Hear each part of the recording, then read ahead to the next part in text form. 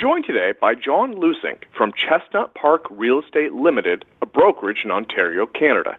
John has been a Toronto real estate board member for 27 years and served in a variety of positions in both commercial and residential real estate, from business owner to broker of record manager and from trainer coach to marketing manager. His focus over the years has been to continuously offer high-level coaching, training, and ongoing professional development programs to high-producing realtors or to those who are dedicated to becoming top producers. Now, let's welcome John to the call as we join our host, Tim Harris. Hey, John. Thanks for being on the show today. I really appreciate it. Really looking forward to our call. You're a great representative of one of the best real estate markets in the country, rather in the world, a market that actually a lot of us in the United States aren't even aware. Canada, right? Canada is. You guys have had one of the best overall runs in real estate values of any place on the planet, and that's pretty incredible. And I'm hoping the agents in the States from our interview today will learn some of the things that you guys do up in Canada, because the market is very similar. How real estate is bought and sold in Canada is very similar, but in a lot of ways it's very different as well. So, John, thanks for being my co-host for today's radio show. Thanks very much, Tim. And we've been very fortunate to have a spectacular market that just continues to bowl on, and so we're very fortunate. But there are a lot of great things that we can share with our wonderful neighbors to the south. It's interesting. Sometimes when we get a U.S. Listeners, John is one of our great coaches, as a lot of you know. So when you get a U.S.-based realtor and you say, "Well, I'm going to be working," you're going to be working with a Canadian-based coach, sometimes they're like, "Oh, hold on, they have houses in Canada." They don't realize that, frankly, a lot of the things that. So let me give you guys some examples.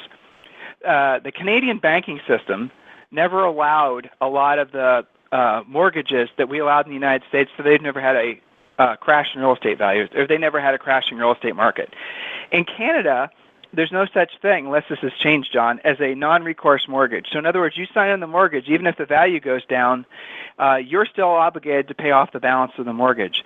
In Canada, the other thing that's really fascinating, and this is frankly what I love about the way that the Canadian real estate National Associations of, you guys, what is National Association of Realtors, is you have your own version in Canada, or is it the same company? Yeah, it's called the Canadian Real Estate Association, so it's CREA is what we call it. So I didn't know this until last year.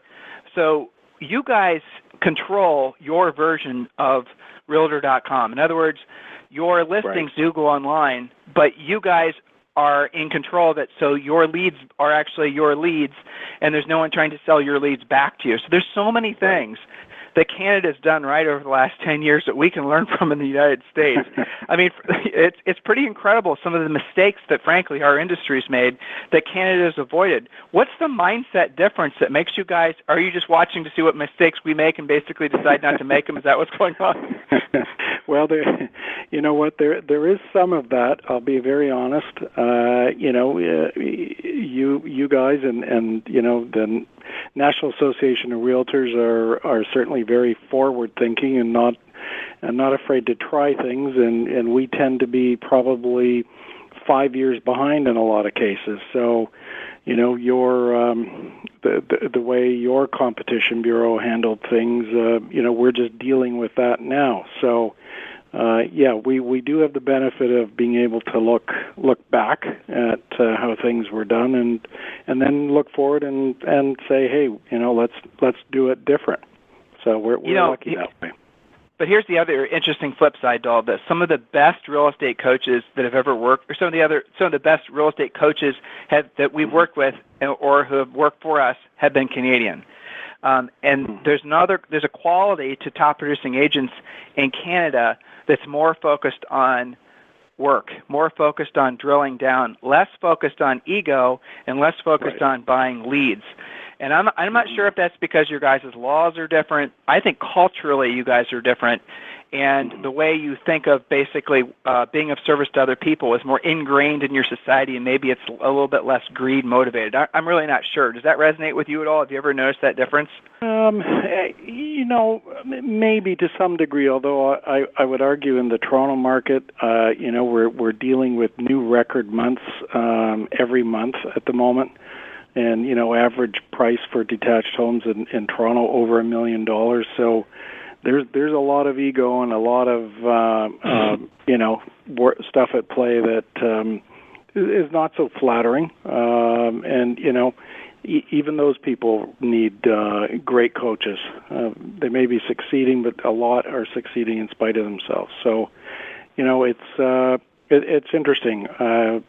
We do have great coaches up in this neck of the woods, but we've also had great training from our friends down south. So let's talk about when you're working. You mentioned time management. You mentioned, basically, how do you help agents as a coach, and maybe even in your own practice, right? How do you?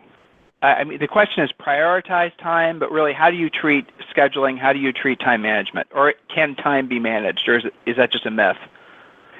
It's a great question, and I don't think it's a myth, but I do think it's a discipline that requires continuous daily focus. I remember a coach I had a long time ago, probably some 20 years ago, who told me that she'd been in the business 40 years and she was still working on the concept of time management and time blocking. So for me, the way I work with it and the way I work with our coaching clients is it's driven by goals that are set at, for the year, the month, the week, the day, and it's a discipline of looking ahead and time blocking, and then a discipline of sticking to it, and that's hard.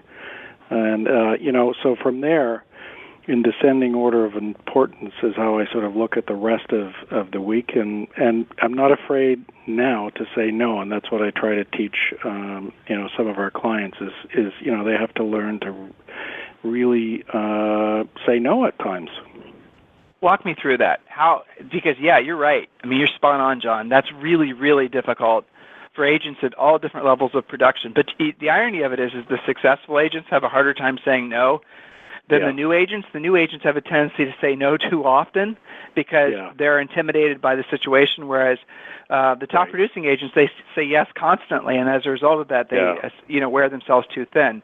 So when is it okay to say no? Walk me through that. Well, that's a great point. So in a couple of circumstances, I have two highly successful local agents that I work with who have made it a habit of, after 20 some odd years, to still work on lead generation, center of influence, contact, and there is nothing short of a personal family emergency that will disrupt that time. So it could be, a buyer who's calling on a $2 million listing and says, well, I'm here now and I have my checkbook ready. They will turn around and say, that's wonderful, I'll see you in 2 hours, as opposed to I'll drop everything, forget about my calls, and run out. And that's really hard, but they do it, and that's why they're successful. It really comes, a lot of this, the way that someone gets control of their this type of issue is really pre-qualifying, right? So if and you're willing to ask the right questions in the right order of every single prospect, then you'll actually almost automatically start managing your time better, because you'll realize you've been wasting your time with a lot of unqualified, unmotivated people. John, why is it that agents are sometimes resistant to asking tough pre-qual questions? That's a good question. I think it's twofold. I think one, they've never learned. Quite simply, they got a license. I mean, we have this situation more and more in our Toronto market where we have 42,000 registered agents with the Toronto Real Estate Board, most of whom have never received any training. And so those are the folks who don't know what to ask. And then there are the folks who have learned, but, being truly Canadian feel almost embarrassed or, like they're asking offensive questions, when in fact what they're doing is qualifying, as you just said, how much time they should spend on this particular individual or not. So, I think it's comes down to, again, good training, installing a system, and following it. And, not everybody is prepared to apply that discipline. I think you touched on it there with regards to afraid to ask questions that they perceive would be offensive. But right. The flip side to it is they're afraid to ask tough questions that might expose the fact that the lead's actually not motivated, not qualified, which would lead them in a situation where they'll have to go, okay, I got to keep looking for more leads. So, guys, you got to really, really be willing to ask. Look, these are not like tough questions that you're supposed to ask. Use the scripts that we give you. Ask the questions in the right order. Interject as much personality as you'd like. We're not advocates of memorizing our scripts. We want you to internalize the scripts, and we want you to personalize the scripts. I mean, if you're in Canada, obviously, and you're reading one of our scripts and you feel like it's too direct, which I can understand why you'd think that, that's fine. Change it. Change the words, change the order, but don't change the order of questions. Don't change the nature of the question. And then oftentimes you're going to ask the questions and you're going to help the prospect self-discover that, they have more time to solve that particular housing need problem than they thought, or less time. And then you guys will all of a sudden find yourself stop being Pop-Tart agents where, every time something, your phone rings, you get a text or you get an email, you don't just have to jump all over it. You can basically start peeling or pulling back on the control, and then you'll all of a sudden almost magically find yourself getting more done throughout the day. So lead generation is always on the top of every agent's mind. I mean, if you're ever going to do a real estate conference or talk to a bunch of realtors, number one topic is always going to be lead generation. Do you think agents have a leads problem or a following up, or like pre-qualifying and following up problem? I think, Tim, it's both, to be very honest. It's interesting when I ask the question of brand new realtors, what's your job description? And most of the time you get answers like, well, to help people, to, find the right house, to help them negotiate, et cetera, et cetera. And my usual response is actually, in fact, it's lead generation. And so, I think there's a perception that lead generation means that you suddenly have to turn into an overnight aggressive real estate vampire of some kind that's, go out and suck the blood out of every potential person out there. When in fact, probably one of the easiest ways is to just get out and talk to people. Don't be a secret agent.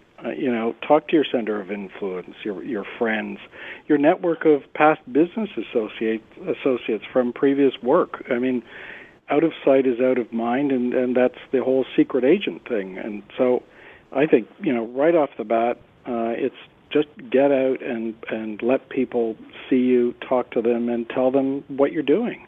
And from there, then it's setting that into a regular schedule again, which again we think we've done it once, that should be enough.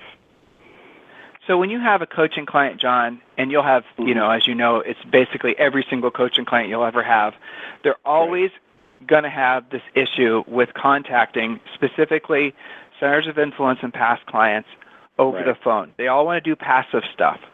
Why is it that agents have an issue with centers of influence and past clients actually calling them? They'll mail them stuff, they'll email them stuff, but they'll avoid that phone call. Why do you think that is? Yeah.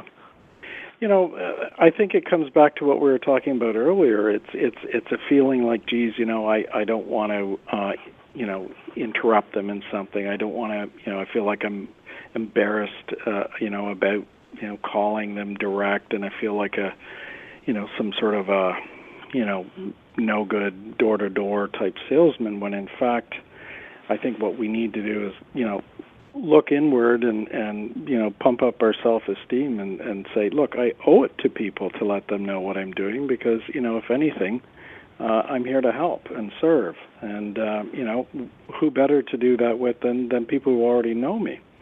So, Yeah, but you said something really important, John. I'm going to drill down on it. So the mindset that prevents people from actually picking up the phone and making calls, letting the world know that they're here to serve, like you just said. Yeah. The mindset is the ego, right? So the person's focused inward. They're focusing on their feelings. They're focusing on, all the worst case scenarios. What happens if this person says this? What happens if they say that? How am I going to feel? How am I going to look? What are they going to think about me? Right. They're going to think I'm desperate. They're going to think I'm pushy. They're going to think all these ego type things flood your minds, and you guys end up mailing postcards or dropping off forget-me-not seeds, and you're surprised when they don't work, right? I mean, that's the process, and it's been going on for decades. But the mindset shift, and John, you just touched on this, is you guys, if you realize that your highest and best use is being of service to other people in any industry, especially in real estate, and the more people you serve at a higher level, the more people you help accomplish their goals, obviously the more success you're going to have, the more, everything you're going to have as a result of the success. So if you don't have the success in life, if you don't have the quality of life, if you don't have the lifestyle, hey, let's drill down. If you don't have the money, if you don't have the stuff, if you don't have the house, if you don't have the clothes, if you don't have the financial security, the reason is because you are yet to accept the fact that your highest and best use on this planet is being of service to others, and delivering a service to them that they're willing and they're in need of, which you already have the tools for that because you're a real estate person. And guys, remember, every single person you ever come in contact with anywhere on the planet is always going to be needing a place to live. There'll either be a potential tenant, there'll be a potential buyer, there'll be a potential seller, there'll be buying investment properties, second homes, third homes, first homes. Everybody around you needs what you have to sell. Right. So, John, that was a really good point about being of service. That's something I wish everyone could just sort of internalize and never forget, Yeah, no, exactly. But that's the big thing. That's what makes a great coach, too. When that's become part of your DNA, when you're willing to focus on how can I be of service to other people and not focus on yourself, not focus on all those ego-type thoughts, the world shifts, doesn't it? Absolutely. Yeah, no, you're 100% correct, and it's really understanding that we shouldn't be protecting and coveting all this information that we have. The more we share it, and that's why I say just get out and start talking to people, and of course become an expert. Be a professional and take pride in what you're doing. It'll show, and people will gravitate to you, as opposed to, as you said, dropping off seeds and other gifts that for the life of me, I'm not sure why that means that you're a good real estate person necessarily. So my favorite one is the pies. I love the dropping off pies in November. Hey, listen, guys, if you want to give Julie and I pies this November, I'll give you my address, and just make sure that 2 pumpkins, 2 pecans. I mean, that's great, but I'm not going to do a transaction with you. I'm sorry. I mean, It just doesn't make sense, guys. You've got to be thinking logically here. Versus if you call somebody up and you use a very innocuous script and you're offering something of value, they're going to remember you and they're going to appreciate that. And then you follow up with a handwritten note. That is the only center of influence and past client system you really need. And you guys can use so many of these very, very basic database programs to track. There's just so many. It's easy to do this type of work. And when it comes to lead generation, which is how John and I got on this topic, the spokes on your wheel analogy, which all of our students know, is in essence, one of the first spokes you should have is definitely your centers of influence and past clients spoke. So, John, on lead generation, what would be a good viable next spoke after they've got their centers of influence and past clients spoke built? They're making the phone calls, sending out the handwritten notes. They're doing that work consistently, so, every day. It's scheduled, it's time blocked. They're doing great. What's the next spoke they should add? Well, what's interesting is I always suggest that as they're doing the center of influence, past client, friends calls, I believe that what should be happening is you're actually paring down your CRM or database program as opposed to trying to expand it and make it a real contact list as opposed to a mailing list. And so the next spoke should be about adding, good potential clients. And, I go back to what's interesting is that most of our clients seem to have no problem making outgoing calls or direct contact with people they have absolutely never met before. And I believe in that. That's great. And so, start adding, networking and direct contact prospecting, whatever we want to call it, and, qualifying, those new potential leads and add them to the database as they become qualified. And that's how you build up your CRM with good, potential, valuable clients. That's true. So you're saying, no, I appreciate that. So what I'm hearing you say is obviously the first thing is, use a system like Contactually or something like that. Sure. And then add your centers of influence and past clients. Maybe use Spokio to find any missing data on those folks that you might not have because you've not been organized. I mean, that's true with most people when they're really embracing this. Then, after that's built, you start contacting these guys. You keep track of notes. Ironically, you could also use, and honestly, if I were doing this myself, I would probably just use mojocells.com, one of our sponsors, because you can load this data into Mojo. Mojo Cells will do the dialing for you, and you can keep track right in front of Mojo, inside Mojo. Contactually is cool because it ties in with all the social networking things, so gives you some more things to talk about, but you guys can check those things out on your own.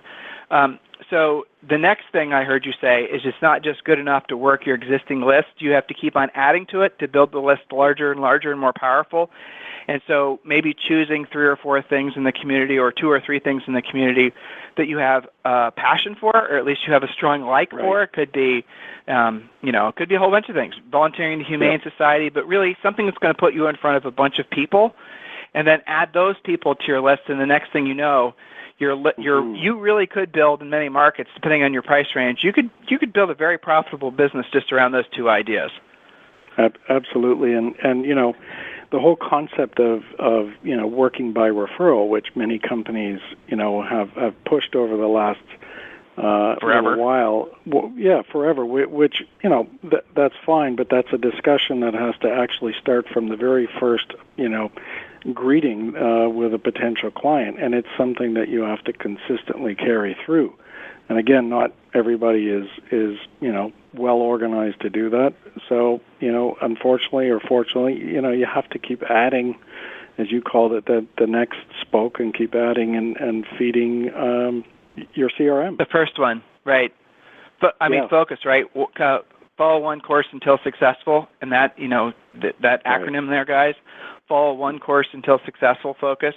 That means you don't pop from one spoke to the next. You finish your first spoke and then you move on to the next. And so, John, let's say someone's centers of influence and past client spokes built. They're adding to it. They followed your coaching advice. They've got the systems in place. Everything's humming along.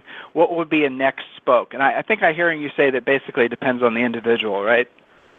I think it really does, and you hit on something that's really important. I've seen people join all kinds of organizations for the purpose of networking and prospecting ultimately. And if you're not passionate about something, if you're not truly interested, don't do it. It'll have the reverse effect, and you won't get anywhere with that. Quite honestly, don't forget or neglect, to make contact with your agents in your existing firm that are, have lots of property and need help with open houses. I mean, again, if you have the right attitude and approach, people will gravitate to you, and you ask the right questions. Guess what? They'll work with you. This is something you just actually. This is something I haven't talked about on the radio before. In all the thousands of shows, I don't even know how many we've done now, but you just touched on something really good. A lot of agents now, guys, are going to be retiring baby boomers, and they're going to be wanting to figure out a way to scale out of the industry. So you could, to John's point, you could go and solicit them and offer to basically partner with them and give them trailing referral fees. So they, work out a program where you start working their centers of influence, past clients in conjunction with them, and any transactions that come out of it, you give them so much percent the first year, so much percent the second, and maybe after 5 years, basically nothing. But there's all kinds of different opportunities if you just take this one little concept that John and I shared with you guys and use it in a million different ways. And the kind of cool thing about this, John, ultimately, is centers of influence and past clients, if we're being honest, require the least amount of sales skill. Right. Because for the most part, they're going to already like you. They already know you. So there's the whole skeptical trust factor thing has already been eliminated. And so most agents are going to get the best results the quickest having this as their first spoke, no doubt about it.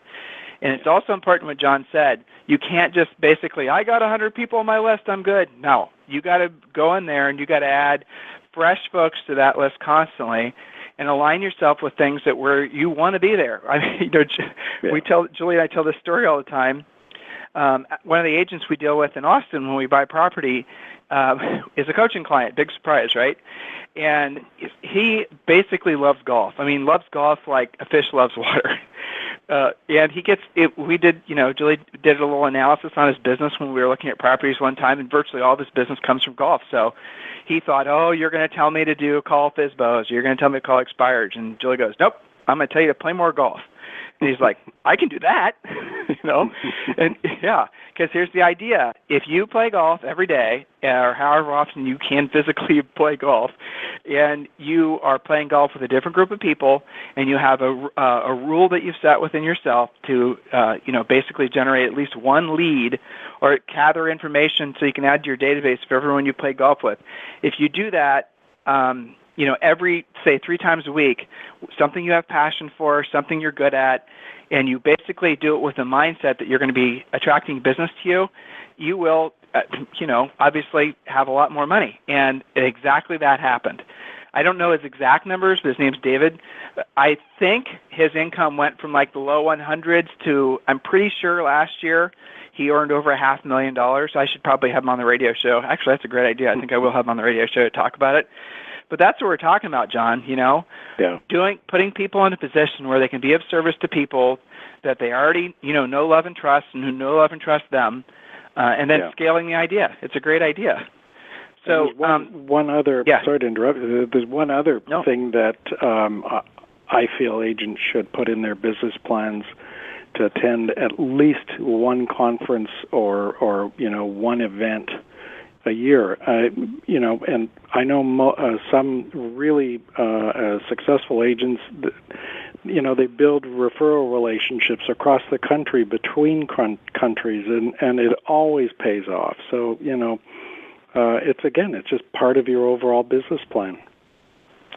So, John, as we round the bend on today's radio show, first of all, thank you for being a great coach, and thank you for being my co-host for today's radio show. It's always good, I think, for all of our listeners to get to know all of our coaches. And existing coaching clients, remember, you have the ability as a coaching client with us to choose your own coach. So after listening to today's interview, if you want to be in John's schedule for a while, no worries. Just basically go to the website, and it's like 3 questions, and basically you can transfer to John. No big deal whatsoever, and I'm sure he'd appreciate the opportunity to work with you. But John, why would, and this question you aren't prepared for, so why would an agent choose you to be a coach? Not in a competitive perspective, but what is it that you bring to the coaching relationship that I think maybe makes you unique? That's a great question. I was asked that question a long time ago by a very seasoned professional development individual who shall remain nameless, and essentially my answer is number one, have been there and done that. So made the mistakes, had the successes, and can relate to what people are going through. I think the other things that are really important is having been a trainer and a coach for the last 20 years. Again, you get to see what's working, what isn't working, and regardless of the market, whether it's a market where the average price is $150,000 or one where it's over $1 million, and it comes down to some fundamentals which you and Julie have very nicely put together in your program. And quite honestly, I'd love to say that it's all our doing, but if they just follow the program with a little help from the coaches, any of these people can turn their careers around regardless of the market they're in. So, I think sometimes just as when I picked a coach was when I was, probably feeling most overwhelmed and needed new systems and a fresh perspective. So, that's what I hope I can bring to the table for the clients. Well, based on the feedback of your coaching clients, that is what you bring to the coaching clients and so much more. So, John, I really appreciate you being my co-host today. I really appreciate you being a coach with our organization. We love having Canadian coaches because you guys do have such a different perspective. It's the same perspective. It's the same ethics in terms of like the work focused and the customer service focused and all that. But there's always these little slight twists that, if I were a U.S.-based agent, just being straight up honest, I would definitely seriously consider putting a preference on a Canadian-based coach just because they have a lot of the same skill sets that U.S.-based coaches will have, but at the same time, they're going to have a twist on it that you're not necessarily going to have been exposed to. So, agents who are thinking about hiring a coach, here's the easiest path for you to follow. Request a free coaching call at freecoachingcallsforagents.com. Very simple. You schedule it. You literally are going to then have a free coaching call. And when you do, we give you Think and Grow Rich for Real Estate, one of our books, and we also give you the Real Estate Treasure Map, another one of our books. It'll be emailed to you. You can download it, no strings attached. On your free coaching call, and the free coaching calls last anywhere from 30 to 90 minutes, okay? It depends on how many questions you have. It depends on how in-depth you get with your coach. But you're scheduled for up to 90 minutes if that's the amount of time you need. But it's not just a fluff call. You're going to get a business plan. You're going to actually have someone help you drill down on the numbers. So you're going to know exactly what's what when it comes to growing your business, when it comes to continuing your momentum that so many of you guys are experiencing this year. In existing coaching clients, if you're in a situation where you want to transfer again to one of any of our other coaches, you can, no strings attached. It's up to you. You guys control your coaching experience with us. So you can then go to the widget that's on the website and just choose one of your other coaches. Soon we're going to have 30 coaches for you guys to choose from, so that's something that will always keep you in a position of control over your experience. Bottom line is this is the best real estate market of our lifetimes. There's really no question about that. The next 10 to 15 years is going to make the real estate boom that some of you still miss look like just a distant memory.